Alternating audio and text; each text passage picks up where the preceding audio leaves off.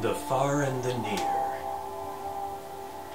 In a country town in America, there was an old house. Across the field from the old house lied a train track. And on this train track is where our tale begins.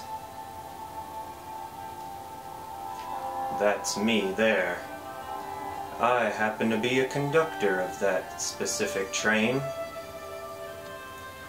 Yes, I've had many adventures while driving my train. If I sit back and think about all the wild times I've had, I recall that they weren't always the best of memories. Makes me think of this one time. I was driving my train down that same track like any other day. Only this day, tragedy struck.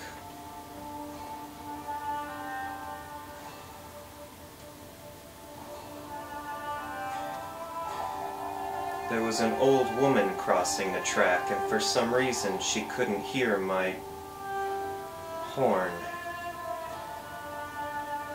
That's a memory I would soon love to forget. But not as bad as the memory from another day.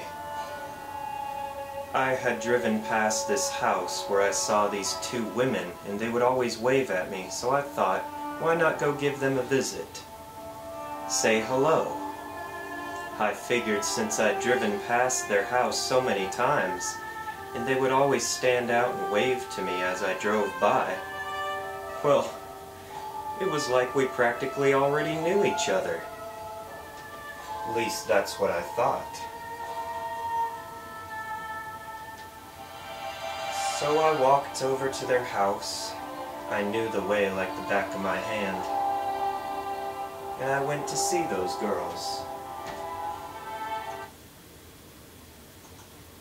I figured that we would laugh and carry on.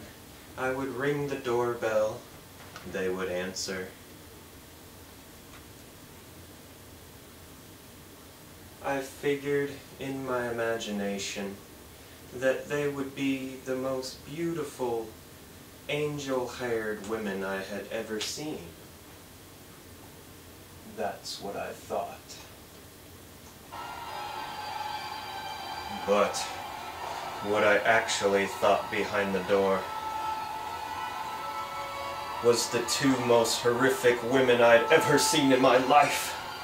One had maggots in her mouth. The other was more butch than any lesbian. Rah! Get me out of here! Hey, come back, sugar. Wait for me. Hey, you're that train conductor. Don't run away. We haven't even got to say hello. That's what I get for thinking those women were pretty. From afar. Then when I got near, it was terrible.